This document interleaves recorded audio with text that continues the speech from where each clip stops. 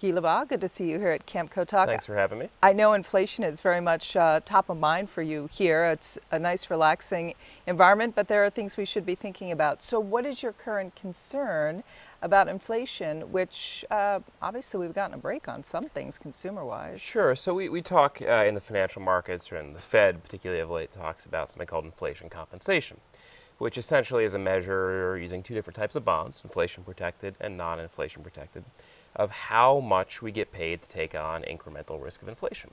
And one measure is what's called the 5-year forward 5-year inflation rate.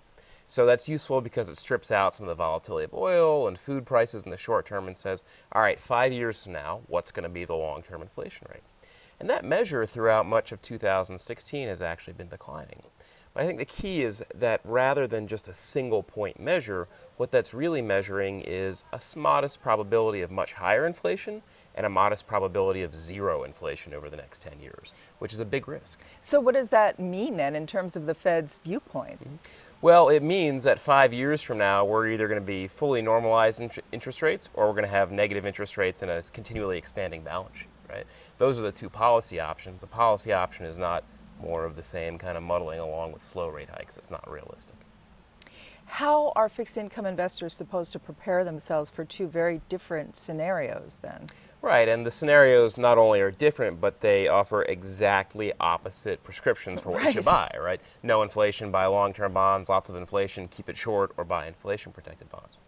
So I think the solution, unfortunately, is probably best left into the hands of institutional investors who are able to use non-linear bets. So that might include things like derivatives that can profit if there are both cuts in interest rates at some 5-year horizon down the road, or significant inflation on the other side of the table.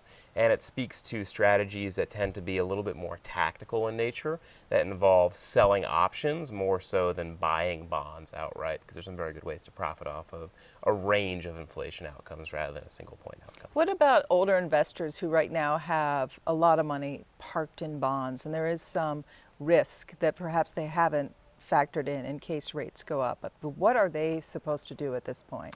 So there's an economic concept, something called a Giffen good. A Giffen good is something that comes into more demand as its price increases.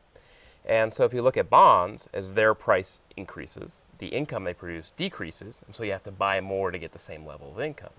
There's a good argument to be made that the irony is that low interest rates cause people to buy more bonds to generate that sort of income.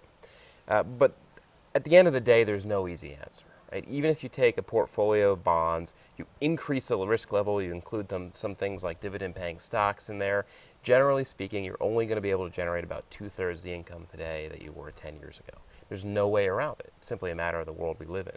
Hopefully some investors can take heart in the fact that their living expenses probably aren't increasing the same degree they were, say, 10 years ago when their bond portfolios were paying a bit more. What about a very young investor? Should they just be ignoring bonds right now? Absolutely not. Of course, I'm a fixed income strategist, so I've got to say that sort of stuff, somebody right? who's 25, who gets a full-time job, is looking at a 401k, and would be pushed into an aggressive strategy, but sometimes even those aggressive strategies have a fixed income component. Sure. So at Janney, we have a range of different groups, some that are focused on very low-risk bonds, such as investment-grade municipals, and others that focus on pretty high-risk bonds, such as more distressed energy corporate bonds, right? So there's a huge range. I think the now cliche phrase, it's a market of bonds rather than a bond market. And there's a lot of opportunities in the higher risk spectrum. Again, sort of things that are best left to a professional manager because they're quite complicated. But there are some bonds that are on the higher risk end of the spectrum that even today your long-term returns are probably between 6 and 11 or 12%. That makes sense for an investor with a time horizon that's 20 or 30 years. What do you say to people when they say bonds are boring? I say they should step into my office someday.